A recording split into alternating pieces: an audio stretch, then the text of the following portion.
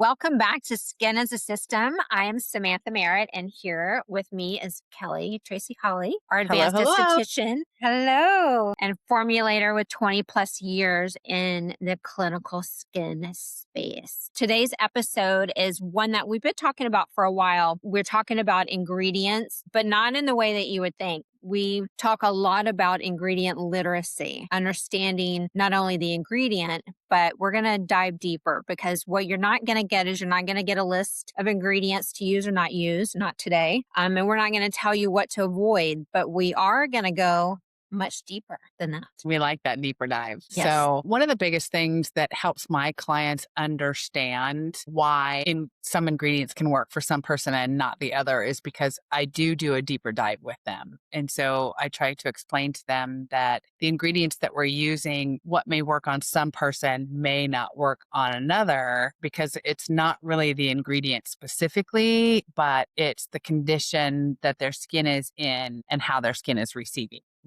it. So Right.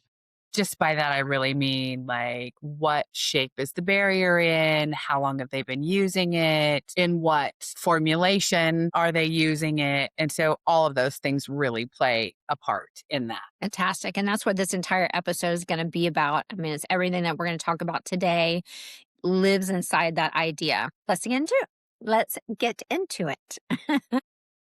Let's do So it. Kelly, so one of the things that we talk a lot about, and things that you see over and over again that we see within our own customer base, but then also what you see in your own aesthetic clinic is that someone comes in or they reach out, they're on a routine, they've been consistent with that routine. It's full of ingredients that everybody knows about, vitamin C, niacinamide, retinol. Those are kind of the big ones that a lot of people talk about, but they often will say, I don't understand what's happening because I'm using what I think is really good ingredients. Or they'll say, like, for example, they'll say, I got this at a dermatology office or I got this from my esthetician, but my skin's like freaking out. I'm breaking out.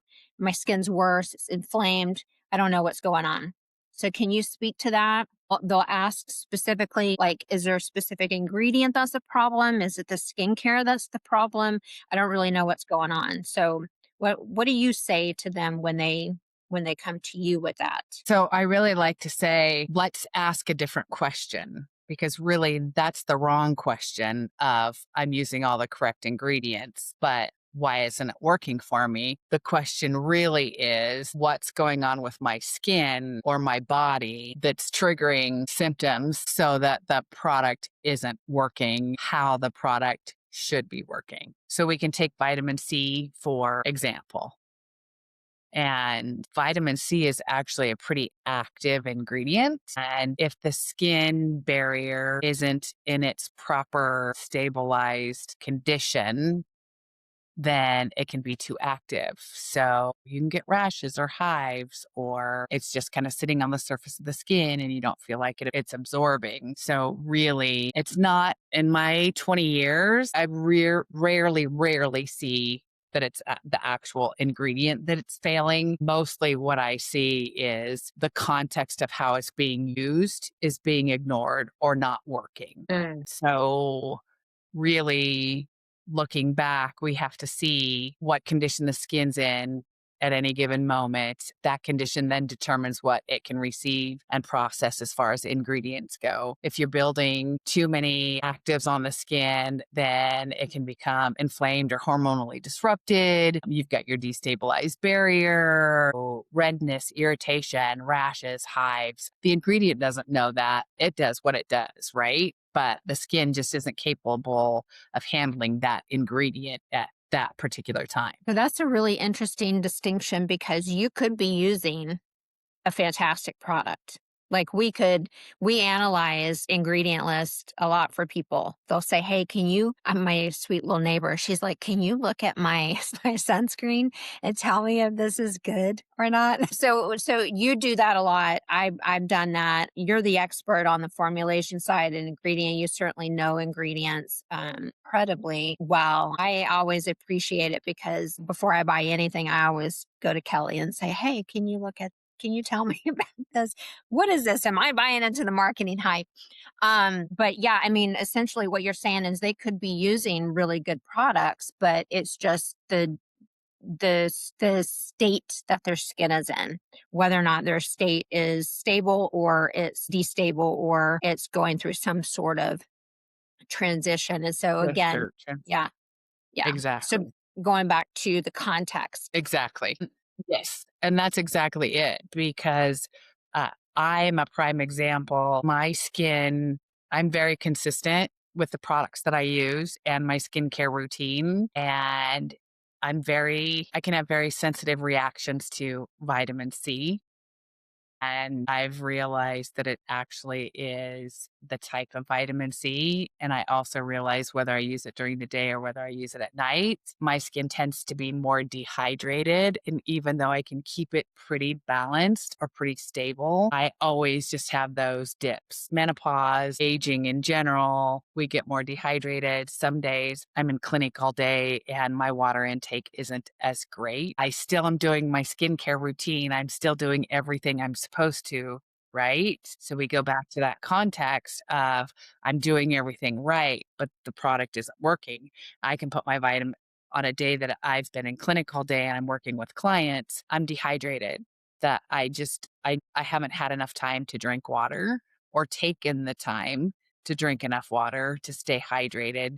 I'll go home at night, do my skincare routine, apply my vitamin C that I've been using forever, and all of a sudden my skin flares and I start to get itchy and I'm not allergic to it, but I'm having an inflammatory response, which means, okay, pull it off. We need to stabilize the barrier, hydrate it better. Then we can try again tomorrow morning. And then I'll have a chance where my skin, I've applied outwards. I've spent the rest of the evening drinking water and hydrating, eating good, healthy foods. And then the next morning, I'll do my skincare routine and put my vitamin C on and won't have any problem with it. Okay. That's interesting because, a lot of times they'll be using their skincare consistently. Let's just take that one for a moment. They're using the same consistent, but they all of a sudden realize that it's not working. And then all of a sudden they change skincares or they change a product. They add another active or they add something, which is logically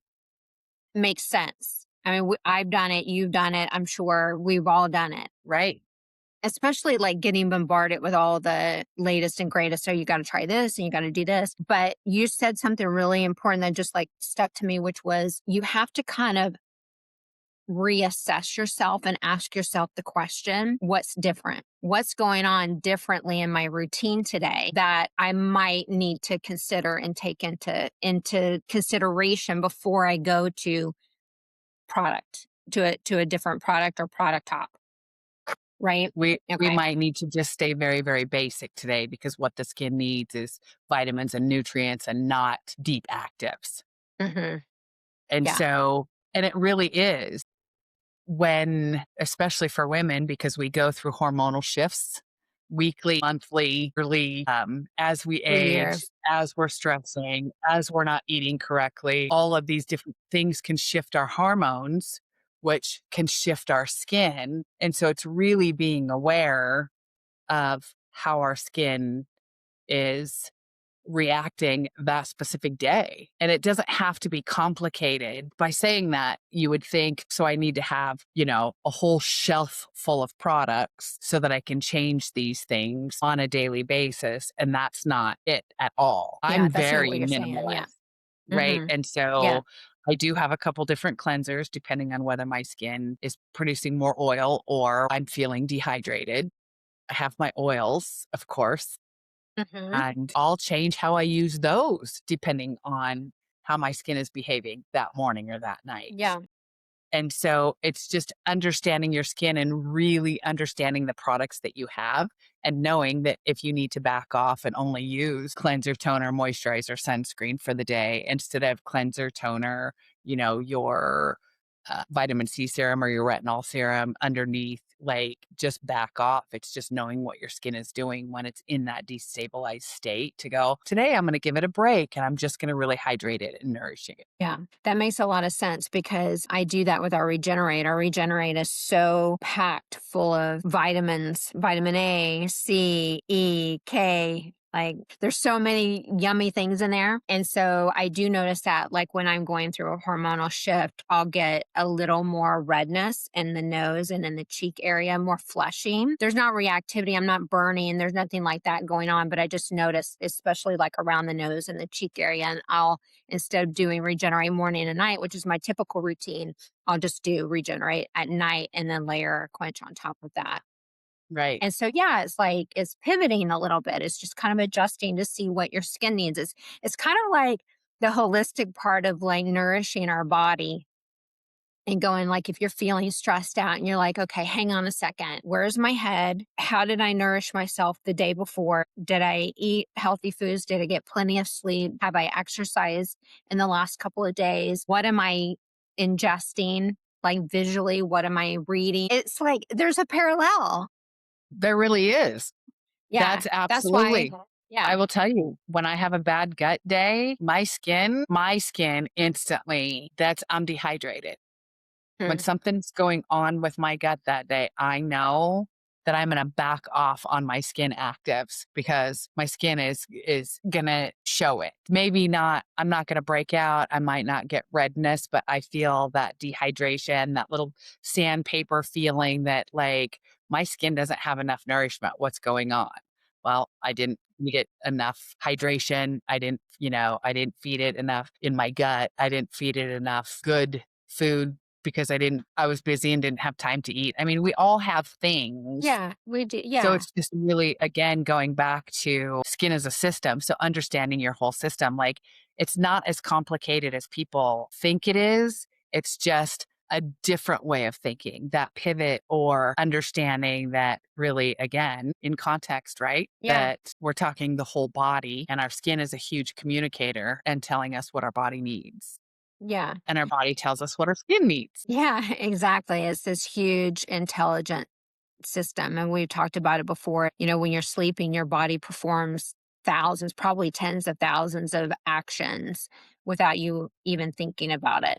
So it just does it naturally to keep you alive and breathing and to, you know, to function the way it needs to. And so it's very intelligent. It's a very intelligent organ. And so it's really fascinating to me that everything that happens within our system expresses or communicates to the skin. And they know scientifically that your gut and your skin have its own language, just like your heart and your brain have their language. And it's just fascinating. I mean, we could talk on and on and on about all of that, Just the how it's all physiology and connected. the biology of the Yeah. body itself, and then breaking it down into each individual organ, and then how they all work together as a team is pretty amazing.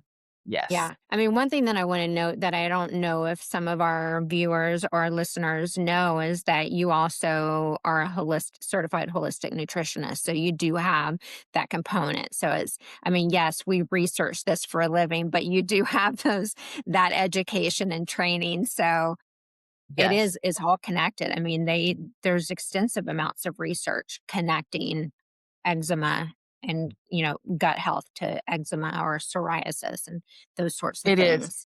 And it's Yeah. finally coming out more, which is Yeah. fantastic because industries are really starting to understand it more. Naturopathic industries, medical industries, the medical profession even is actually starting to realize it. And so scientists, cosmetic scientists, even though there's no huge clinical studies showing the direct connection of gut skin brain axis. It's becoming huge now, and people are understanding that it is interconnected and related.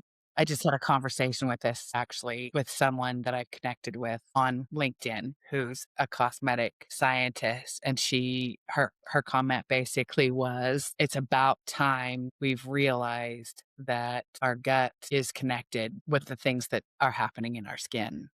Like it's more biological than we think it is. Right. Going back to what you were talking about just a minute ago about how, our skin has a state, it's a condition at any given moment. It's all reflective of what's happening internally, but then also what we are constantly feeding it. Not nutritiously, but what we're feeding it in terms of hydration and ingredients and products and that sort of thing. But you had mentioned something specifically, what you were describing was that when you think about your routine, you're not saying, don't necessarily like right now, don't make the leap that you're using the wrong product or that you're using an ingredient that doesn't work for you. Instead, a better approach would be, let's look at where I'm at in space and time in this moment and kind of ask myself a few questions about how am I nourishing myself all in all realms, and then do I need to just go back to basics and scale back as opposed to changing. I Correct. think, yeah, okay, that's what you're saying, because you're looking at it from a context. You want to look and see if the context has changed before you start making pivots in your ingredient selection. That's a big Correct. thing. Yeah. Yes, it is because the changing to new products or pivoting to new products because you're thinking that what you're using isn't working right now because you're experiencing more redness or a little irritation or your skin texture just doesn't feel like it used to. That is when you're noticing those changes, those are not the times to start changing products. That's where you really have to look at what's going on in your life, in your surroundings, with your system. And then from there, go, okay, let's scale back on what we have right now, see if that helps things. Then we can reintroduce. Because if you've used products that have worked for a long time and you really love them, the whole idea is finding products that you love, finding products that work for you. A lot of changes can happen in your body and your surroundings that will make your skin barrier more reactive or more sensitive or give you more generalized symptoms, redness, irritation, that type of thing. It doesn't necessarily mean the products are no longer working for you. It could be that, but usually in most cases, it's not that. It's actually what else is going on in your system that's making the difference. And I love that you're saying that. You're saying, especially if it's a product that you've been using for a while and it's your tried and true. It's always worked and now it's not working anymore. So that's the point of it.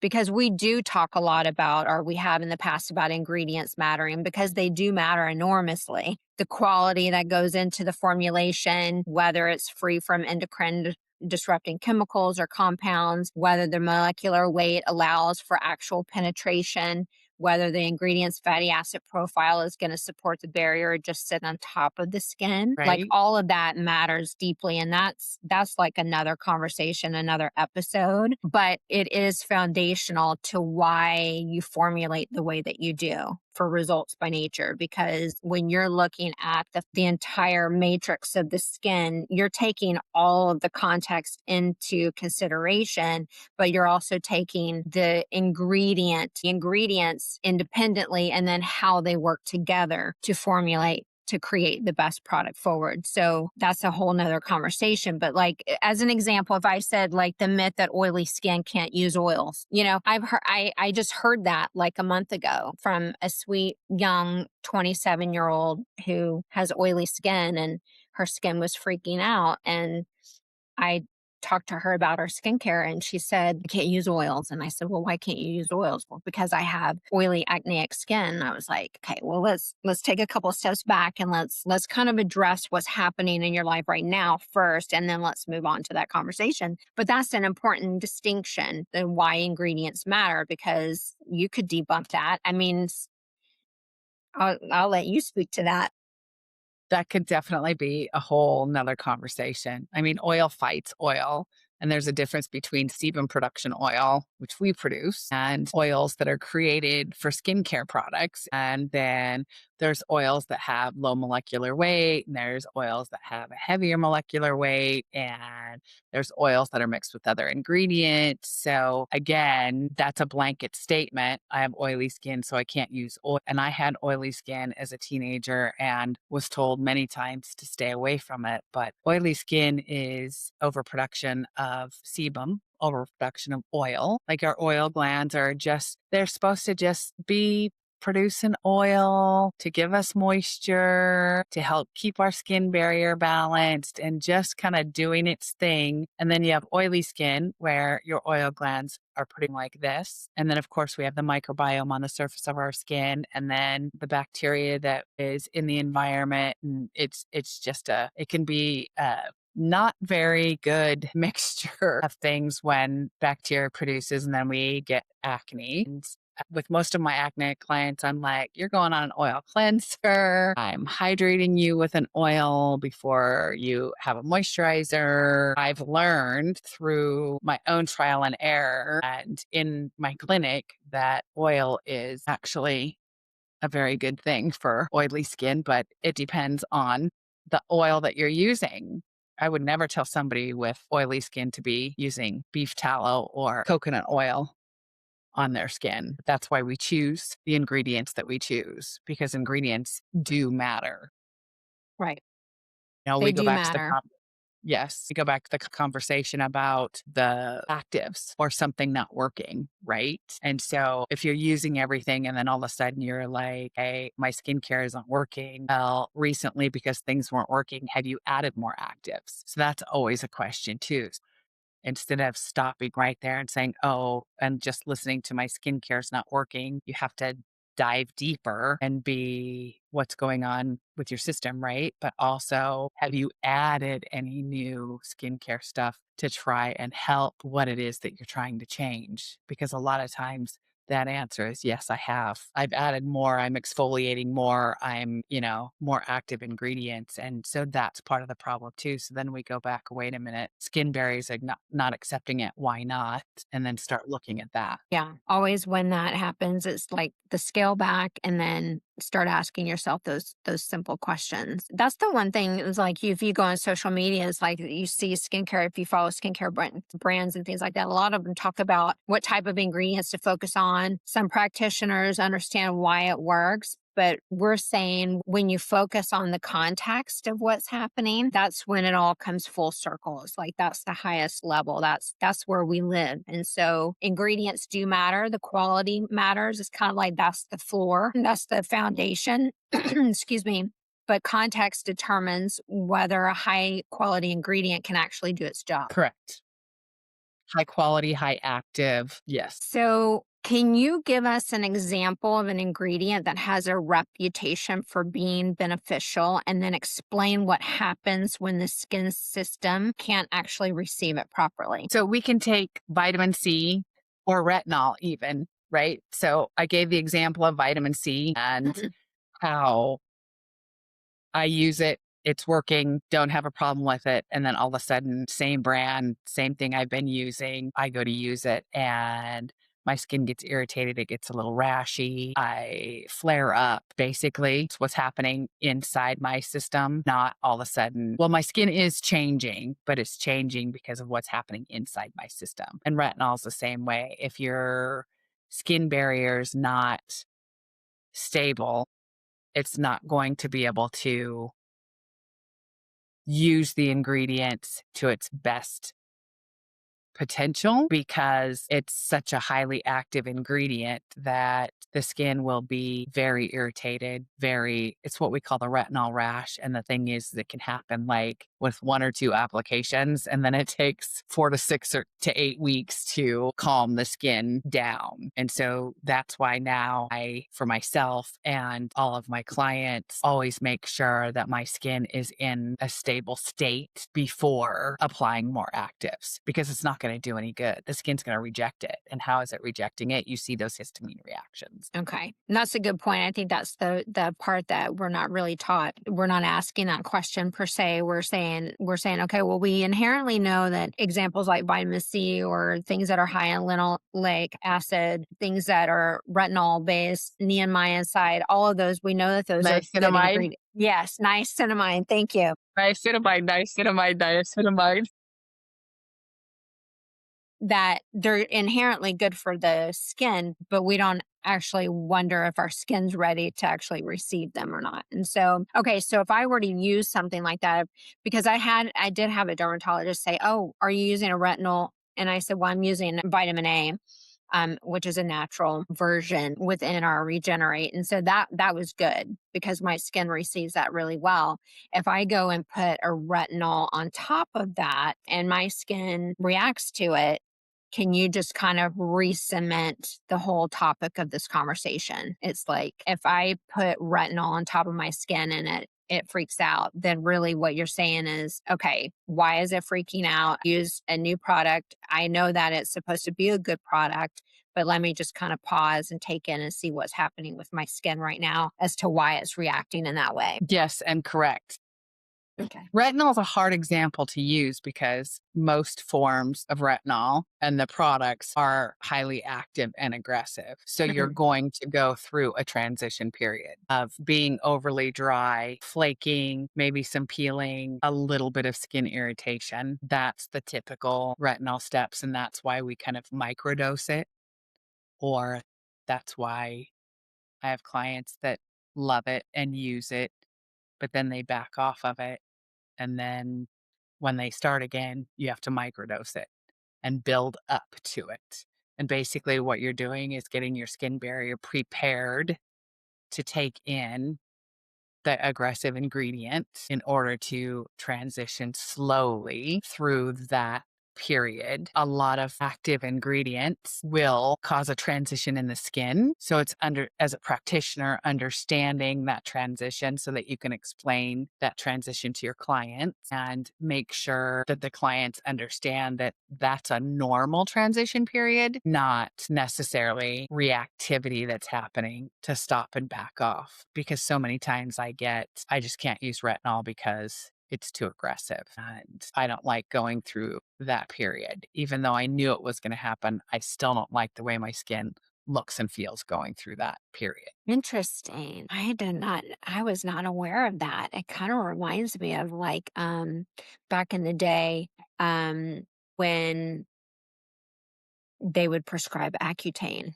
in your skin. And it's not a comparison, meaning like the transition. I remember them setting up the transition. I've not actually ever heard that retinol, you go through a period of transition. Now, I don't use retinol because our vitamin A and our regenerate it works wonderful. So I don't. And then when I was going through all my infertility treatment, I couldn't use retinol anyway. Noids, I couldn't use anything related to I'm that. not a big fan, Mhm. but I do have clients that do like it. And so my job as a practitioner is Yes. not necessarily to always give my opinion, but to Right. give a safe schedule or safe use of a product, especially if it's or ingredient or product with an ingredient in it that they want to use. So I'm going to explain to them how to use it to the best of their ability, skin's ability to get the best benefits out of it, Right. even if And I then don't, even if I don't necessarily. Yeah. yeah, if they ask you then because I know our relationship too, we have that understanding with one another. If I say, "Should I use this or is this garbage?" And you'll be like, "That will blow your face up." I remember you said that to me one time about a particular vitamin C. You're like, "Okay, be prepared for your skin to blow up if you use that." Mhm. You've ruined a many a product for me, but, in hindsight, when I go back and look at it, it's not you didn't ruin it because, um, there was all a really good reason for why it was ruined. You're like you always give the reasons why you don't recommend it, but then you always say, "But it is up to you, and it's totally your skin." Yes. And so here's the thing. I think sometimes when we have these conversations I think it kind of gives the idea to people that I don't necessarily like aggressive ingredients or synthetic ingredients. And I do. I love them. Like, but there's a proper time and a place to use them, which I think is in clinic and not for everyday use, because especially because we have a tendency to want to experience the newest, latest, and greatest. And this industry is very much a lot about instant gratification. And so, again, we go back to piling active after active after active on top of each other to get the best possible result. Yeah. Except the thing is that doesn't always work. And so, and it can cause our skin barrier to become destabilized. And then that's where the conversation comes in. I'm using everything, I'm doing everything right, but nothing is working. And so I, again, I do believe that there is a time and a place for aggressive and even some things at home, depending on what you're doing. But for the most part, honestly, in clinic, like I love vitamin C. Give me all the active vitamin C you can give me. Yeah. I love AHAs and BHAs, but in proper use. I love exfoliation and deep exfoliation, but in proper use. A lot of skincare brands say, it's safe to use every day because it's mild. Well, Again, it's no. context. Yeah. Right. It's context and it's the condition that the skin is in at that time, moment of time. It's all of those things. Exactly.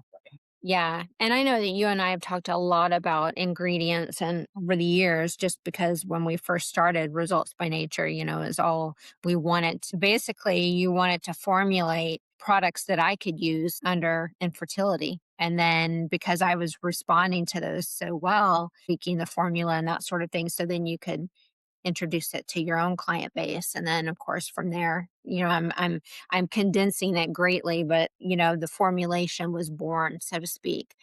But you're a fan of a lot of really great ingredients. When I say um I've trashed a number is because I used to buy into the marketing because I would go, this looks really good and clean. This they said this, and this. And you're like, well, yeah, this one's really great. And this one does this and this and this. This one I'd question, this one I'd question. So when I say that, I'm like, this is like the marketing got me, It and I is. think it happens to a lot of people. So that's big. Especially if it's visually appealing. So if you've got Yes. something that's visually appealing and now you have something that's like, and it has these 3 key ingredients in it, but where are they and Where are they on the list? Yeah. how many other things is it mixed with? And are you really getting it full ingredient? Are you getting it just as it's what I call the less than 1 percenters? So they put it Yeah. on there and they list it, but is it really in a high enough percentage for you to actually get benefits from it? But then at the same time, you also have to understand when it comes to ingredients and formulating that a higher percentage doesn't necessarily mean better. Yeah. So I love that. So we could have a whole nother podcast just from the formulation yes, we standpoint. could. Yes, we could. So, we talked about on this podcast all ingredients matter and all of that. But recently we've been talking about the drivers, the things that we see most consistently that destabilize the skin over time. And this is where those drivers connect directly to what we're talking about today. We talked about context is the big thing. So, we just created a free guide. All you have to do is go to our Instagram page at Results by Nature and go to our latest post and comment driver and we'll send it to you. But we put together 3 drivers, what's driving skin to a destabilized state. And one of the things that Kelly has done is she's documented these patterns that she sees most often in clinic. Now there's we have an entire methodology that we are formulating, we're creating, and we're training on. But in particular, there's 3 specific drivers that show up the most often. So did you want to speak to which drivers those are, or would you like me to mention those? And then you expand on those? Go ahead and go through them, Okay. and then I can expand on them where Yeah. needed, if Okay. needed.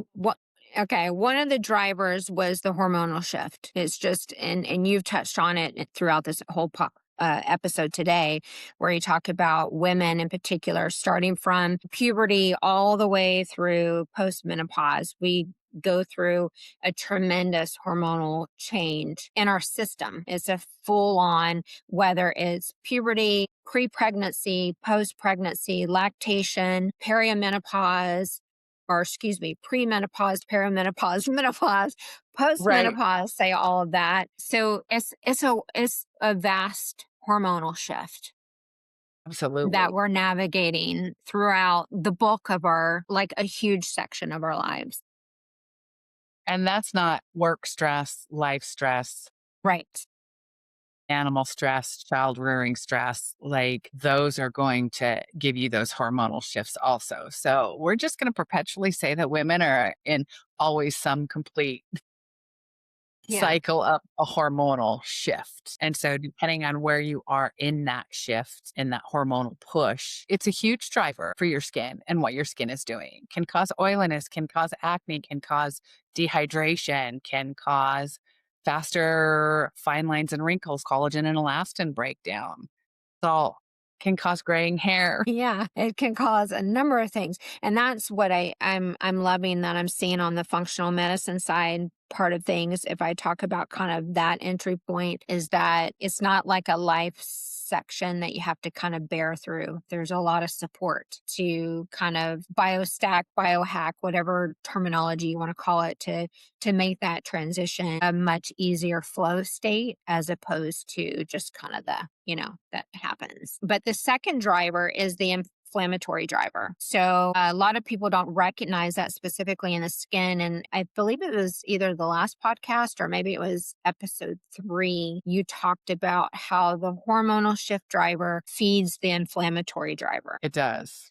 Yeah. So, you can actually have inflammation in your skin, in your body, and not realize it, Mhm. and then go through a hormonal shift, and it really, really increases the inflammation, which then increases the inflammation in your skin as well. So now you don't just have one driver that's pushing changes in your skin. Now you have two because you've got the hormonal push and you have the inflammation. And now you're trying to work backwards with that to try and figure out what's happening. And the bottom line is right. So now we're talking two different drivers, but the symptoms that come out in the skin can be the same. Again, dehydration, more prominent fine lines and wrinkles, or deeper fine lines and wrinkles, acne, oily skin symptoms, right? The symptoms can be the same, but now two different complete drivers. Right. And then another thing is that can contribute to that too is, if there's alcohol utilization, sugar utilization, all that also drives more inflammation as well. And then you got the outside stress, cortisol spikes, life stress, which then contributes to the inflammations. They all compound and they're all related. Correct. So yeah. But if we're And going eating from just inflammatory foods, even like yeah, if you're eating exactly. inflammatory foods, so spices, like certain spices are inflammatory. Certain foods, not just sugar, are inflammatory. And so you've got that is those things are driving inflammation, which then in turn is driving symptoms in your skin. Right. Right. So then one of the things too is like the chronic low grade inflammation markers or that driver that we've identified. It actually reduces the skin's ability to kind of rebound, or I should say, it rebounds slower than it would be under kind of a stable, normal standpoint. But it then contributes to the third driver, which is product hopping or overtreatment and/or overtreatment.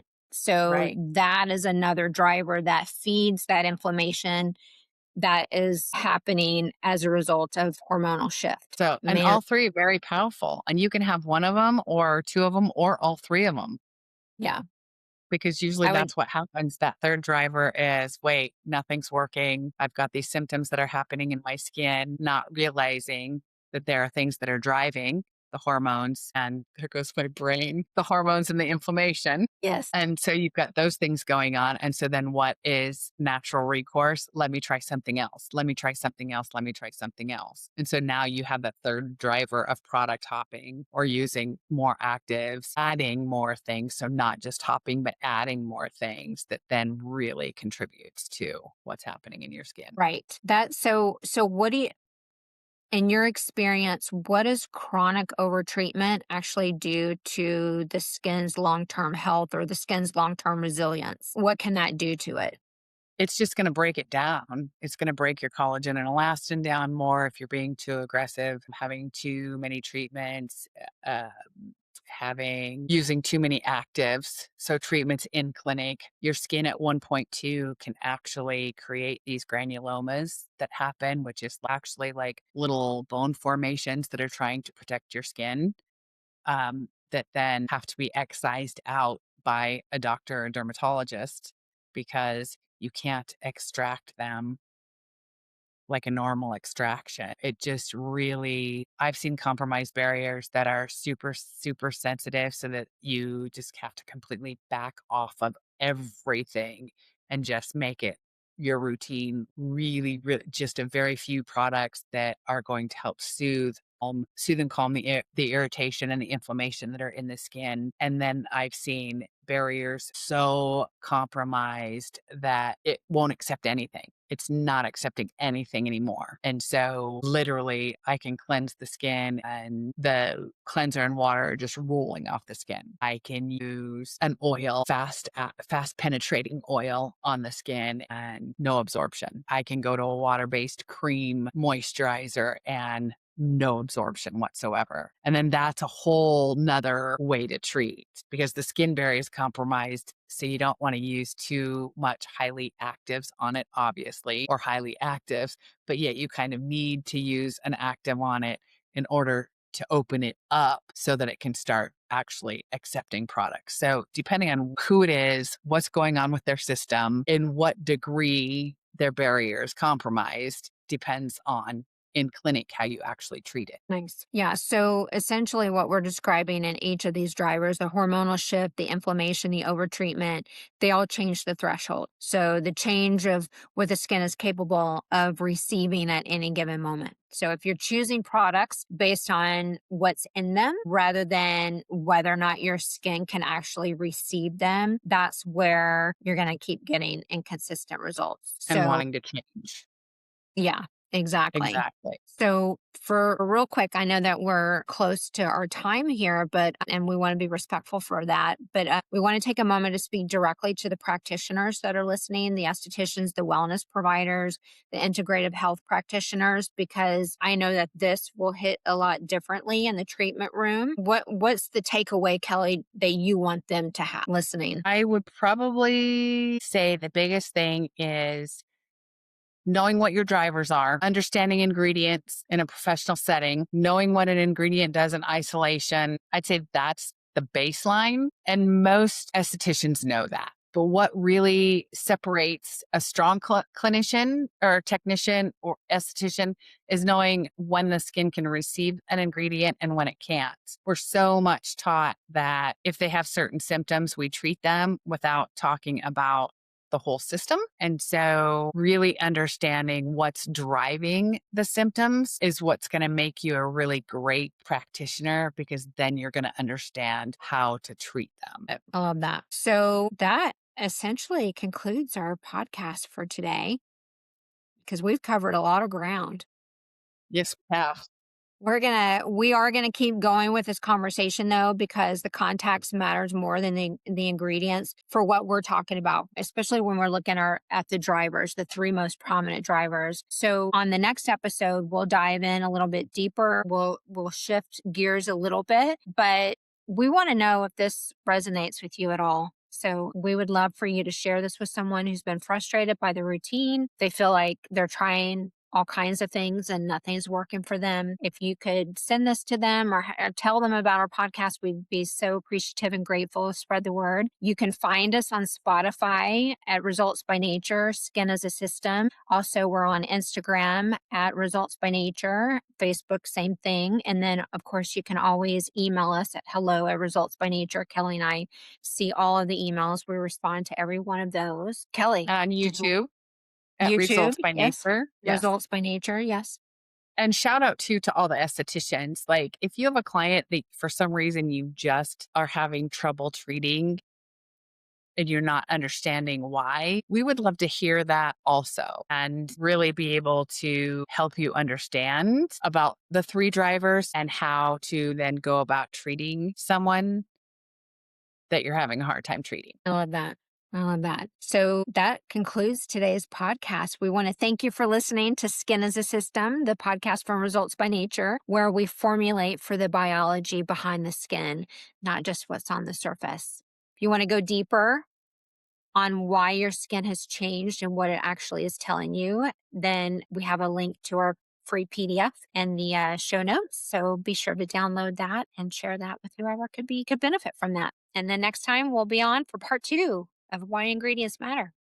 Talk to you soon. Talk to you soon. Bye. Bye.